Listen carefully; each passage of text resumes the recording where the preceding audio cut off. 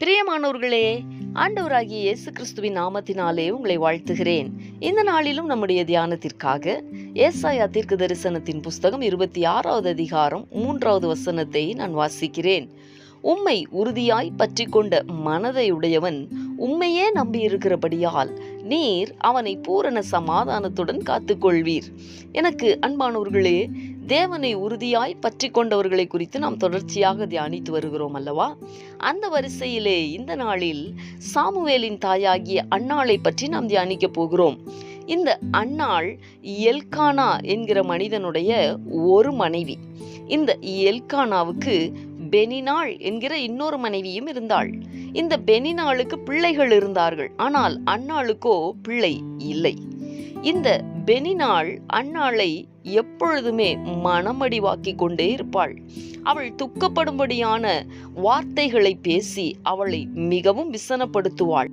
இதனால் இந்த அன்னாள் சாப்பிடாமல் அழுது கொண்டிருப்பாள் என்று வேதம் சொல்லுகிறது.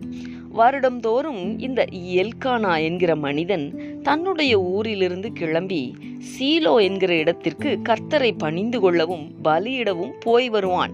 அப்படி போகும் பொழுது ஒரு முறை அன்னாள் என்ன செய்தார்கள் தெரியுமா? சீலோவில் இருக்கிற கர்த்தருடைய ஆலயத்திலே போய் மனம் கசந்து மிகவும் அழுது தேவனை நோக்கி விண்ணப்பம் பண்ணினார்கள். கர்த்தர் அவர்களுடைய ஜெபத்தை கேட்டார். அவர்களுக்கு சாமுவேலை தந்தருளினார். அன்பரே, இன்றைக்கு உங்கள் விண்ணப்பத்திற்கான பதிலை நீங்கள் எதிர்பாருங்கள். அன்னாளுக்கு செய்தவர் நிச்சயமாய் உங்களுக்கும் செய்ய வல்லவர். இந்த கர்த்தருடைய வார்த்தைகளை விசுவாசித்து ஜெபிக்கலாமா?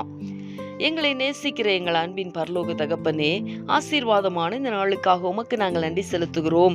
இந்த நாளிலும் உம்மை உறுதியாய் பற்றி கொண்டு உம்மையே நம்பி இருந்த அன்னாளை குறித்து நாங்கள் தியானிக்க கர்த்தர் எங்களுக்கு உதவி செய்தீர். தகப்பனே, தன்னுடைய மிகுதியான துக்கங்களின் மத்தியிலே ஆண்டவரே, அவர்களுடைய மனமடிவின் மத்தியிலே உம்மை நோக்கி பார்த்த பொழுது தேவனாகிய கர்த்தர் அவர்களுடைய கூப்பிடுதலுக்கு இறங்கி நீர் செவிசாய்த்தீரே. சாமுவேலை நீரே. தகப்பனே, எதிர்மறையான சூழ்நிலைகளின் மத்தியிலே மனமடிவுக்குள்ளானவர்களாய் துக்கப்பட்டவர்களாய் உம்மை நோக்கி விண்ணப்பம் பண்ணி கொண்டிருக்கிற உம்முடைய பிள்ளைகளுக்காய் நான் ஜெபிக்கிறேன்.